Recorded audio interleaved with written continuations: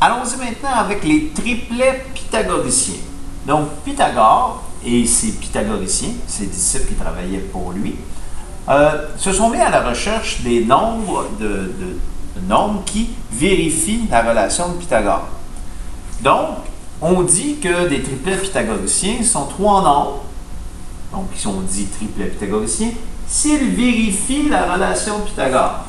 Donc, c'est-à-dire trois nombres pour lesquels, lorsque je prends deux valeurs, a au carré plus b au carré, ça doit bien vérifier que ça donne c au carré.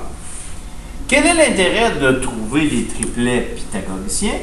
Ben, si on a des triplets pythagoriciens, on peut former un triangle rectangle à l'aide de ces dimensions. Donc, par conséquent, si je construis un triangle rectangle dont les mesures des côtés forment un triplet pythagoricien, il sera rectangle. Alors, allons-y d'exemple. Vous allez peut-être comprendre un peu plus en cours de route.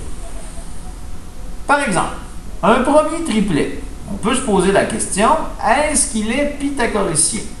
Est-ce que si je forme un triangle dont les mesures dans les côtés sont 3, 4 et 5, est-ce que ça pourra former un triangle rectangle? Ben, Pythagore nous dit, si c'est un triplet pythagoricien, alors on peut former un triangle rectangle avec ses côtés. Alors, dans mon triplet pythagoricien, je repère les trois côtés, je repère le plus grand côté. 3, 4, 5, C sera mon plus grand côté, donc éventuellement mon hypoténuse. A et B seront mes deux autres côtés, ça n'aurait pas d'importance. Alors, on doit se poser la question, est-ce que dans ce cas-là, A au carré plus B au carré égale bien, je vais mettre un point d'interrogation puisqu'on se pose la question, C au carré. Est-ce que 3 au carré plus 4 au carré égale bien 5 au carré? 3 au carré, ça fait 9, plus 4 au carré, qui fait 16. Est-ce que ça vaut bien 5 au carré? 25. Ben, ici, 9 plus 16, 25, ça égale bien 25. Alors, c'est un triplet pythagoricien.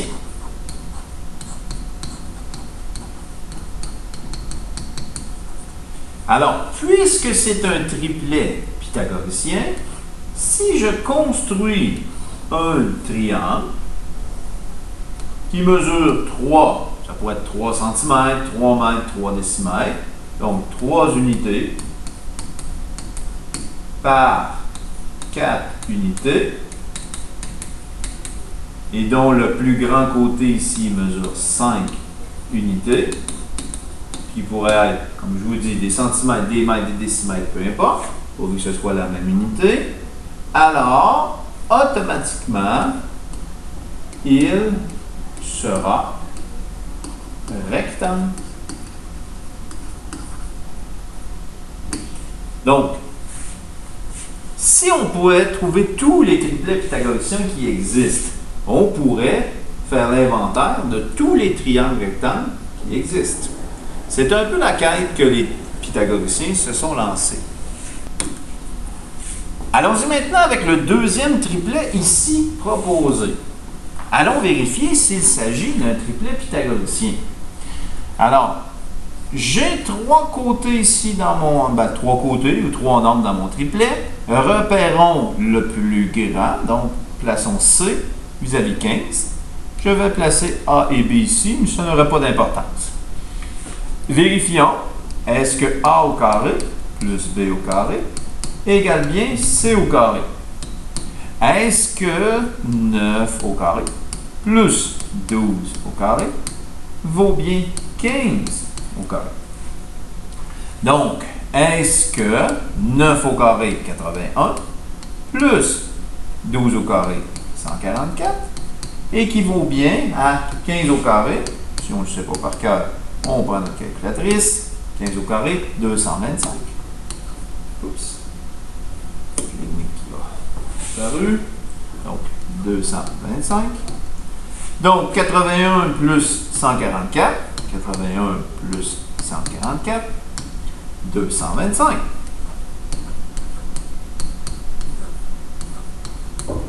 Donc, oui, c'est un triplet pythagoricien.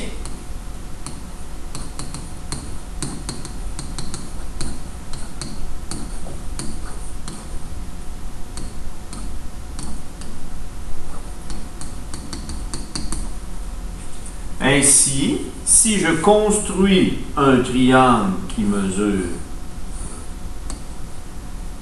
15 unités par ici 9 unités et 12 unités ici, il sera rectangle.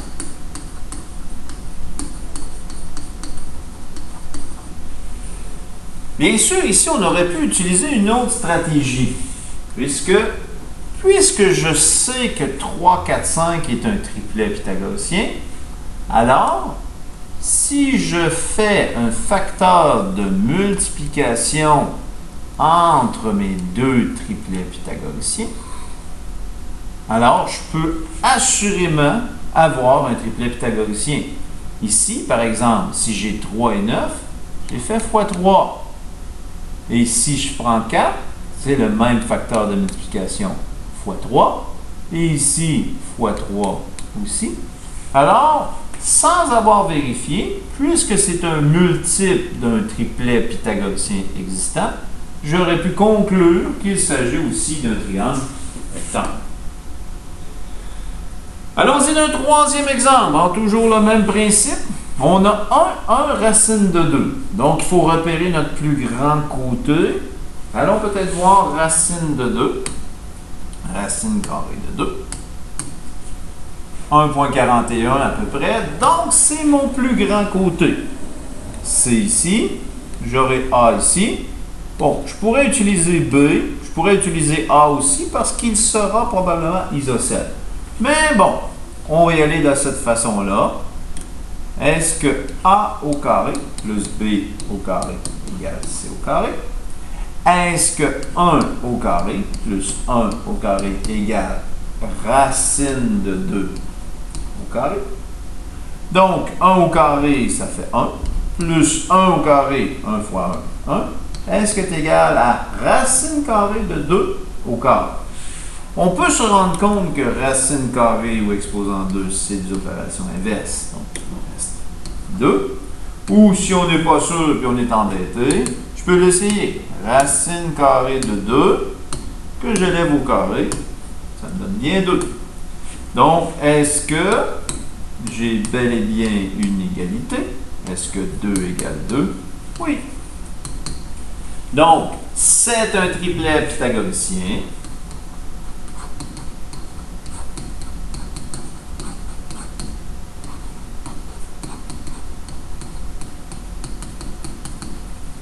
Et si je forme un triangle rectangle qui mesure 1, 1 par la racine de 2, alors il sera rectangle.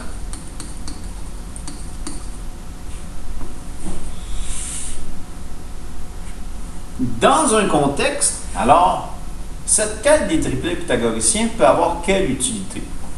Ben, on nous dit, soit un triangle ABC, le côté AB mesure 11 cm,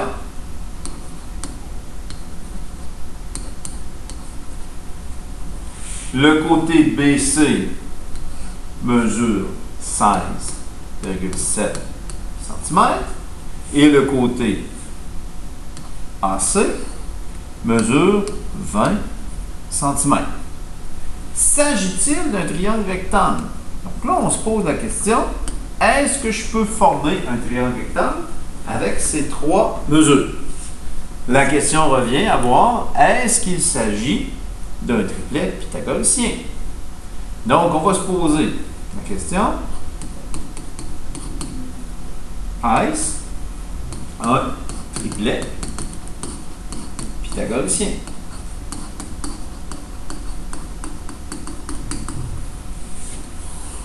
Donc, est-ce que A au carré plus B au carré égale, et là, égale, en mathématiques, ça doit être exact.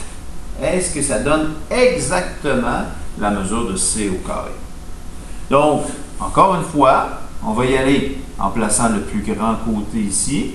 Je dirais que ça, c'est mon C, le plus grand côté. Et je vais aller voir les deux autres côtés, A et B. Ça n'a pas d'importance où je positionne mes lettres. Donc, est-ce que 11 au carré plus 16,7 au carré, est-ce que ça égale bien 20 au carré? 11 au carré, 121, plus 16,7 au carré, 278,89.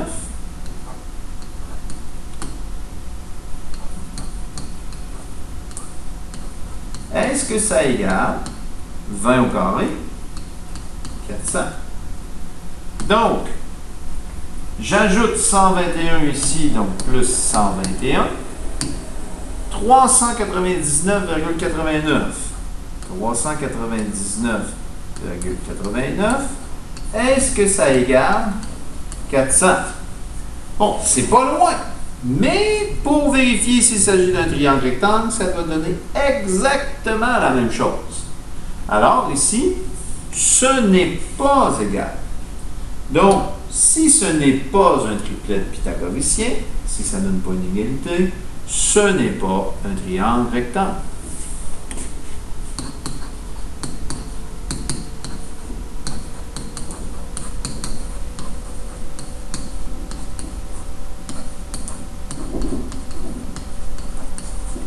Donc, l'égalité en mathématiques, c'est sans équivoque. Soit ça égale 400 exactement, ou pas. Et dans ce cas-ci, on peut conclure qu'il ne s'agit pas d'un triangle rectangle.